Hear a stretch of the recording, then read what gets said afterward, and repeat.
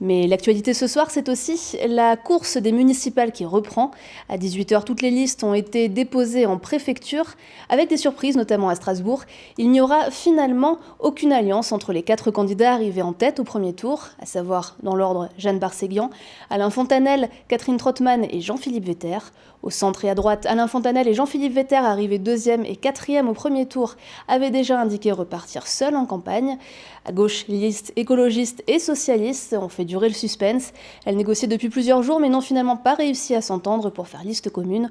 Je vous propose d'écouter Jeanne Barséguian, tête de liste Strasbourg écologiste et citoyenne, et Catherine Trottmann pour le Parti socialiste. Aujourd'hui,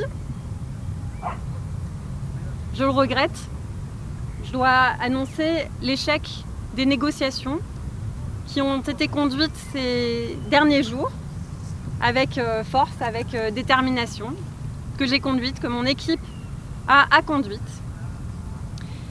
Et je regrette que ce soit le cas, parce que nous avons mis sur la table des propositions respectueuses et équilibrées, dans laquelle chacune et chacun aurait pu se retrouver. Parce qu'aujourd'hui, on est dans une phase absolument inédite, dans une campagne de deuxième tour qui ne ressemble évidemment à aucune autre.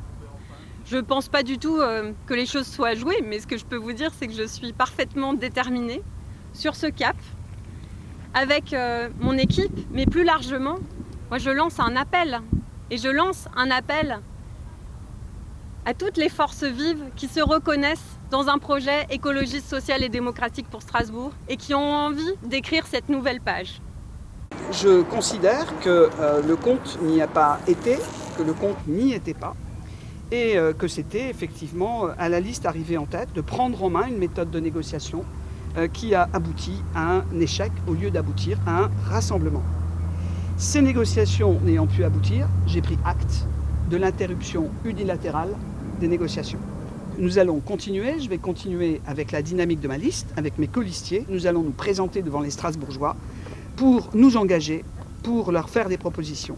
Et je souhaite m'adresser d'abord à eux, aux Strasbourgeois, aux personnes qui ont été malades du Covid, au personnel soignant, aux personnes qui relèvent de toute l'alimentation et l'industrie alimentaire qui ont été présents pour nous aider dans cette période, aux entreprises, les grandes, les artisanales, les agents du service public, tous ces gens qui nous ont permis de vivre et de poursuivre notre vie. Mais je m'adresse aussi aux concitoyens qui sortent justement du confinement et qui n'ont pas comme préoccupation les élections municipales. Que ne l'ai-je entendu cette phrase, mais vous arrivez avec des élections et nous, on sort du confinement. Bon, je sais bien, le temps politique n'est pas complètement compatible avec le temps social. C'est cette réconciliation qu'il nous faut faire pour pouvoir parler de la vie d'après.